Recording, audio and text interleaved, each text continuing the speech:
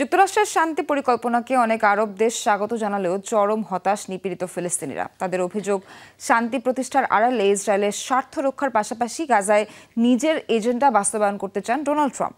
উপত্যকাবাসীর শঙ্কা, এই প্রস্তাব বাস্তবায়িত হলে তাদের অস্তিত্বই থাকবে না। পুরো বিশ্ব ইসরায়েলের সেবা করছে বলেও ক্ষোভ ছাড়েন অনেক ফিলিস্তিনি।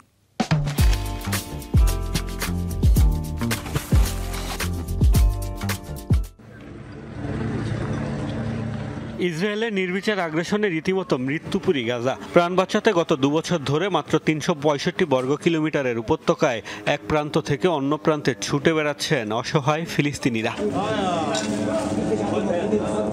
যুক্তরাষ্ট্রের সহায়তায় আন্তর্জাতিক আইনের তোয়াক্কা না করেই ভয়াবহ এই আগ্রাসন চালাচ্ছে ইসরায়েল। সেই যুক্তরাষ্ট্রই এবার দিয়েছে শান্তি প্রতিষ্ঠায় 20 দফার প্রস্তাব। ইউরোপ তো বটেই, আরব ও মুসলিম অনেক দেশও ডোনাল্ড ট্রাম্পের উদ্যোগকে সমর্থন দিয়েছে। এমনকি ফিলিস্তিন কর্তৃপক্ষ স্বাগত জানিয়েছে মার্কিন প্রস্তাব। ট্রাম্পের 20 দফার শান্তি প্রস্তাব নিয়ে অবশ্য ভুক্তভোগী গাজাবাসী বলছে ভিন্ন কথা।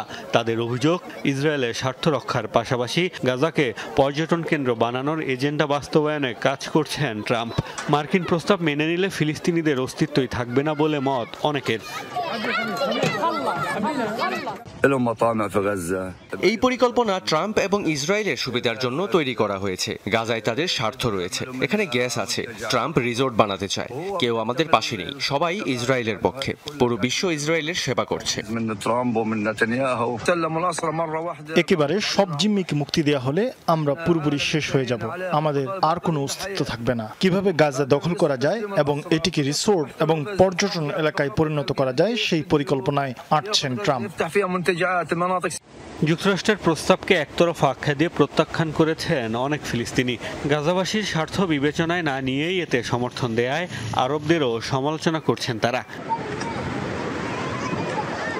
মোস্তফা মাহমুদ, যমুনা নিউজ।